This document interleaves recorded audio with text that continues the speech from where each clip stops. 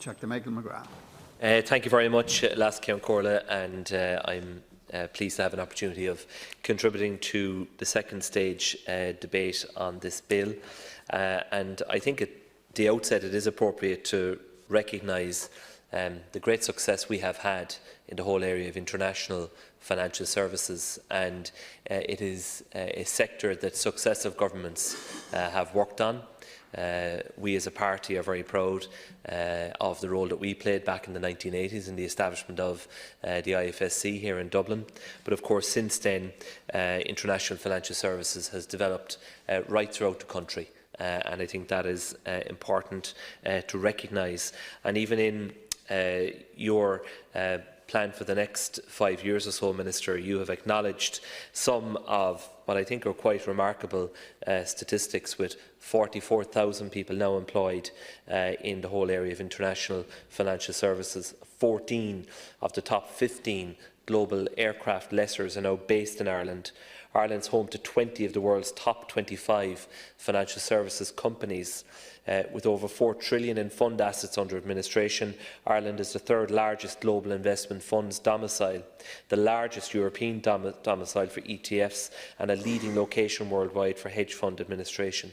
17 of the top 20 global banks and 11 of the world's top 15 insurance companies have a presence in Ireland, and the Irish cross-border insurance sector, the report points out, writes business into more than 100 countries with more than 25 million customers. So by any yardstick, that is a very impressive record that Ireland has accrued over time in the whole area of international financial services, and it is success that cannot be taken for granted, because this is a very dynamic industry where the pace of change is rapid, and the nature of the investment is that it is highly mobile.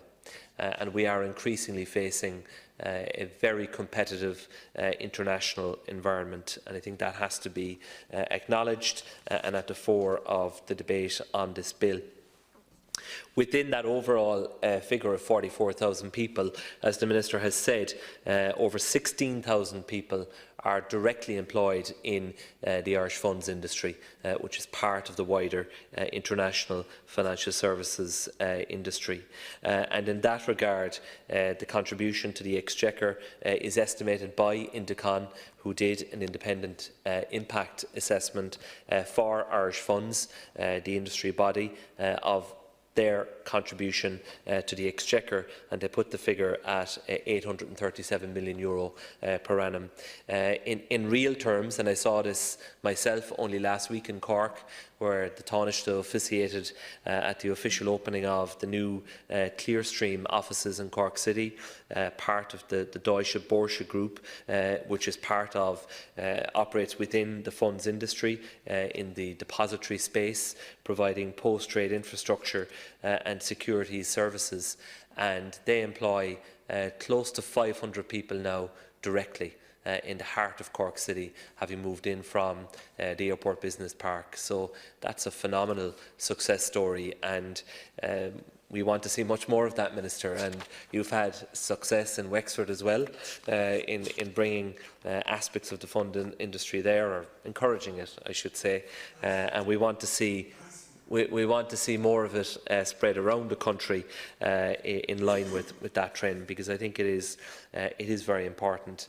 So all of that is on the positive side, Minister. I do have to make a criticism of the delay in getting this bill to the floor of the House. I have been asking questions for probably 2 years at this stage about the investment limited partnership legislation, and it has been pointed out to me, and no doubt to you on many occasions, that the delay in bringing forward this legislation and in modernising the framework for ILPs in Ireland has cost us investment.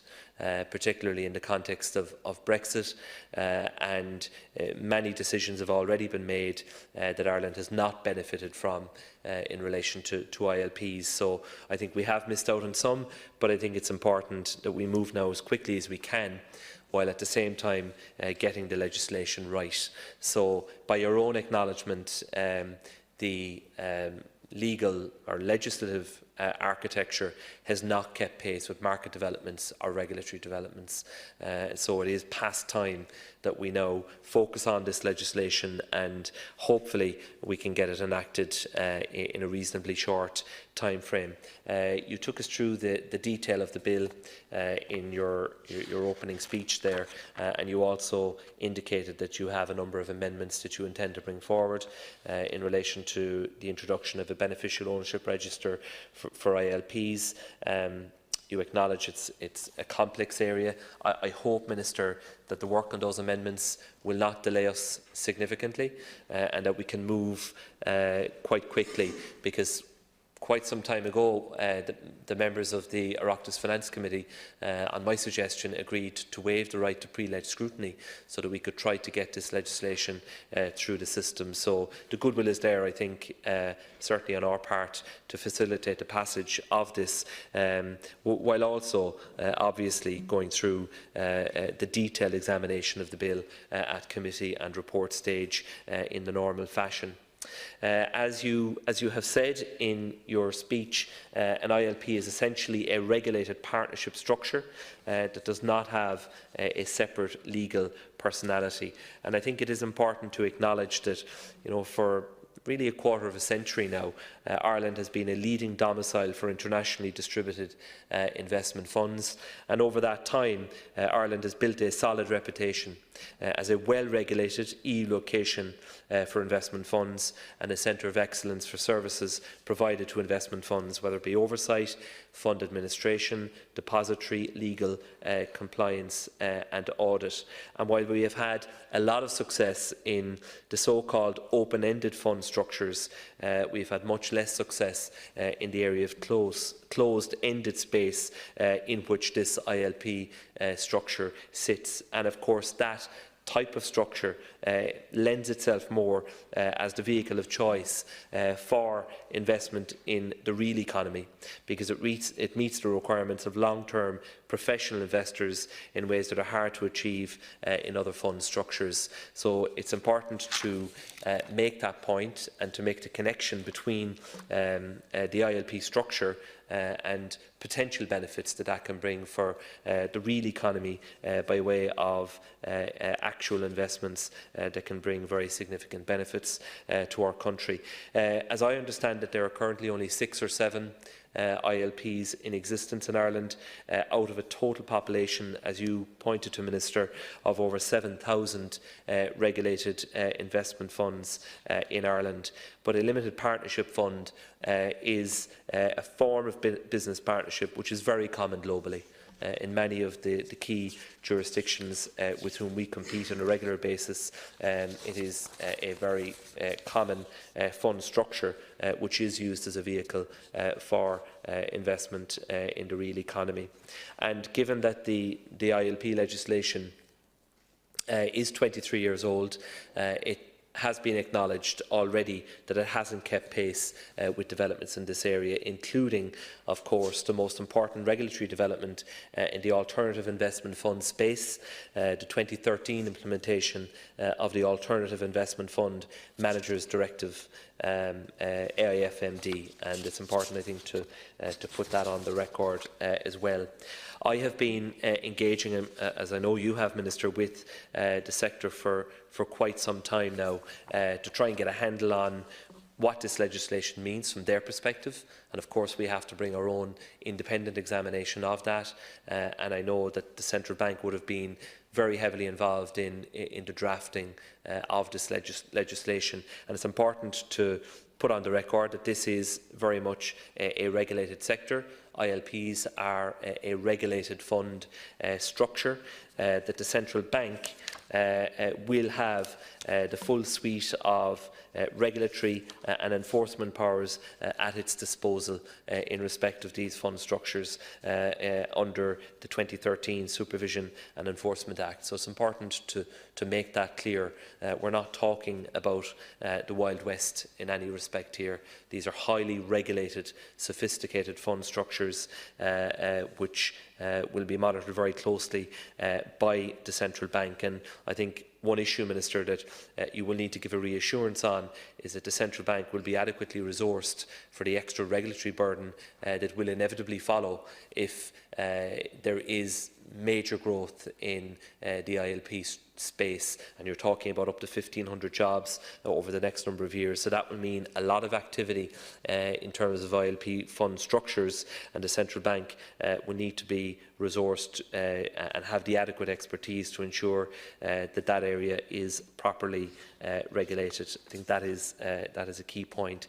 The central bank, of course, carries out extensive reporting, including in this space monthly statistical reporting and quarterly statistical reporting, which is on an aggregated basis in relation to all Irish regulated investment funds, but as I understand it, not specifically in relation to any type of fund legal structure such as ILPs. So I think that is an important issue as well.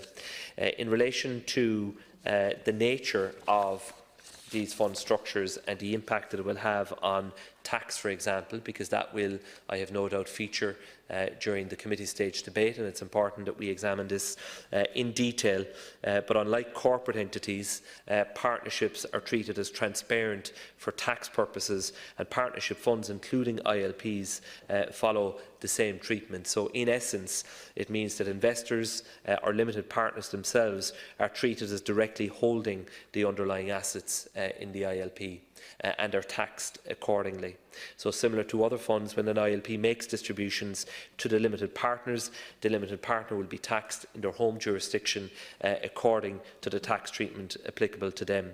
And as limited partners directly own a portion of the underlying assets, the investors can be subject to tax on capital gains or income, even where they have not received the relevant cash proceeds. This is the case under the Irish tax system, where investors, both resident and non-resident, will be individually liable to pay any taxes as they fall due in respect of Irish assets that they hold.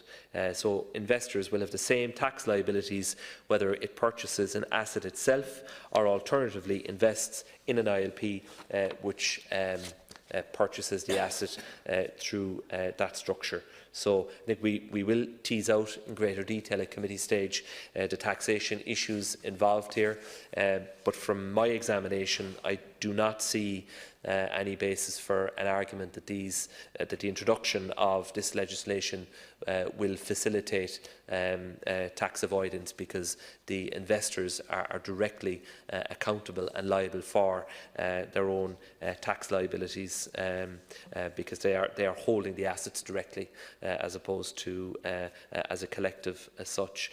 I think that is an important point to say. So it does not seem to me at this point to be a tax-driven structure. And I think it's important that we will examine that, of course, at committee stage.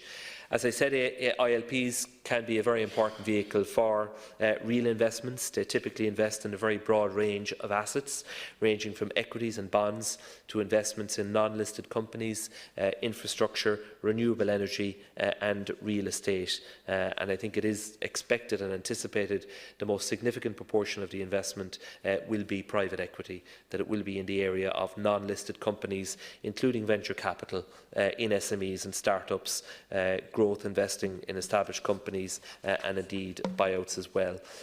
So that is important. It also, I think, is important to say who the end investors are likely to be. They are professional investors. They are typically institutional investors.